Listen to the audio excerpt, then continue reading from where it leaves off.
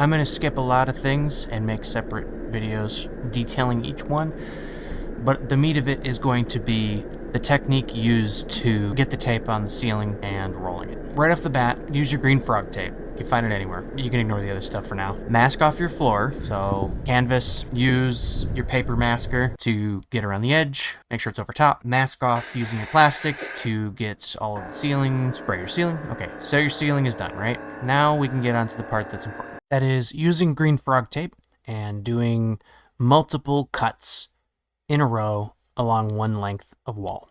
I am layering them on top of each other and trying to line them up with my arm length. So I'll cut them into pieces and put them out about the lengthwise of my arm where I can reach. And I can see the comments. I know they're there. I know they exist. Not now, but maybe in the future. Where it's, why don't you just take it from the one end to the corner to the other end of the corner? And the reason for that, at least in my mind, this is the technique that I use, is that yeah, I might have some little bumps, but with enough practice, you can make those bumps vanish on your first go. Hence, it's just faster. What you want to do is make it so when you are lapping the one over the other, that you're lining them up. And if you line them up, you can pull it off to make it so it's a straight line. Now, sometimes you'll have a little bleed over from, the tape isn't perfect, is to try and reduce that by, eyeballing it as best you can before you paint. And let's say it just makes it past the painting part when you're pulling it off. Now this color I'm using on this wall is super forgiving. It's like a tan, like a yellow basically, but it's like really, really white. So it's the line doesn't matter in this case, but most cases is not this case. So in most cases, what you want to do is take a chip brush. They're extremely cheap. I believe they are about 50 cents or $1, but I buy them in like 30 packs, and those are like $20. So they're less than $1. And I just go around and touch up the spots that got missed. And it's not just the wall you got to touch up. Sometimes it's the ceiling you got to touch up. Here's a couple reasons to touch up. The tape can pull off the ceiling paint or the wall paint, or there's a jagged edge because the paint dried on top of the tape, and you not pulling the tape off in time can cause the paint to peel off the wall, or it leaked underneath the tape. Like if you're taking longer than a minute to touch up your taping, don't bother taping. So the point of this is to be fast and for it to be laser straight. Some painters like to cut in with a brush, and a lot of painters don't have enough practice, or they're new at it, whatever. Whatever the case is, I've seen a lot of bad cut-in commercial settings, in places where the client probably paid millions of dollars for them to do it right, and there's just the worst cut-in I've ever seen. Or even like sort of subpar, where they clearly did it by hand, but they didn't care about doing it good. There's another bit to this about crooked walls, crooked, mudding and stuff like that.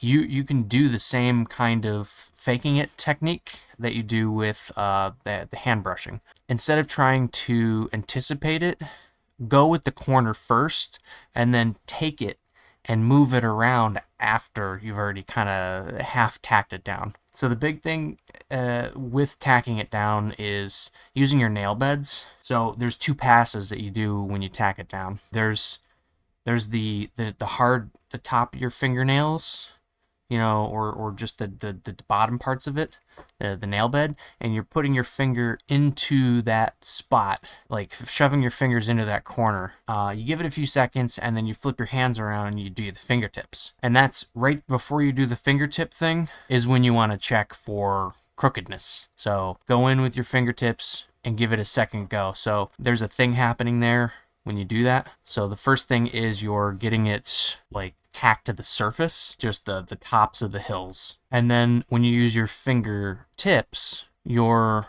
pushing that tape into the valleys of those humps, those bumps.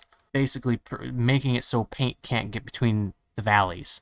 And that's where you end up with a jagged edge. One more thing before we get to the painting part. There's a thing with corners. You just take the tape and you just cut it to the angle that you want. So like kind of like you're framing wood around something, and you stuff that corner, that pointy bit in the corner, and then you're onto painting. This is meant to be a one coat kind of technique. Taping this twice, unless the client is willing to pay extra money for it, it's kind of pointless.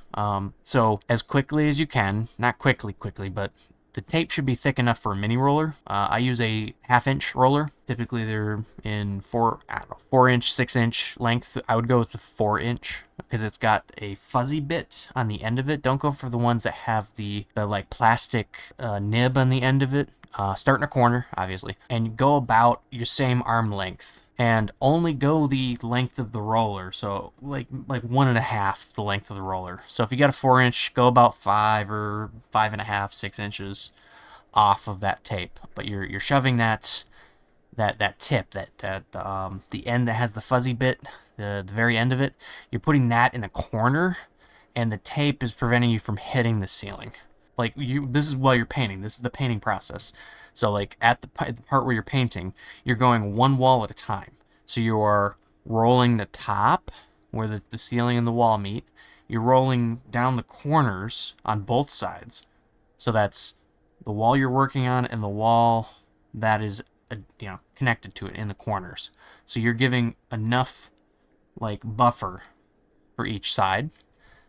And then you're also doing, it's optional, but I find it's a lot cleaner to do it this way, where you take the mini roller and you hit the bottom bit too. Also, don't forget to tape the base molding and door trims. I do want to touch on that real quick. The only thing you gotta know for doors, other than what I've already said, is to pinch the corners so you can pull the tape off easy.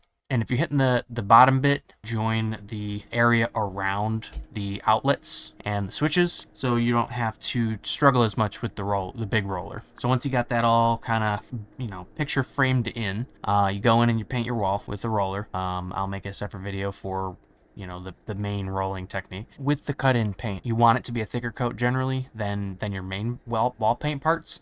So with the thicker coat, you're more likely to not have to worry about picture framing it. That's a thing where basically you've painted the wall, and the wall is a solid color, and your cut-in area where you use the mini roller is like faint or thin. You want to make sure that is darker. So even if you need a second coat with the main part of the wall, you can put on a second coat without taping anything off. And then pulling off the tape. So what you're doing is, so in this case I'm going clockwise, and I've done one wall here, and I'm opening up the spot on the ceiling so I can pull it off without taking off all the tape. And you want to take off the tape as soon as you can before moving on to the next wall. And that's it. Well, Godspeed. Good luck out there. Happy painting.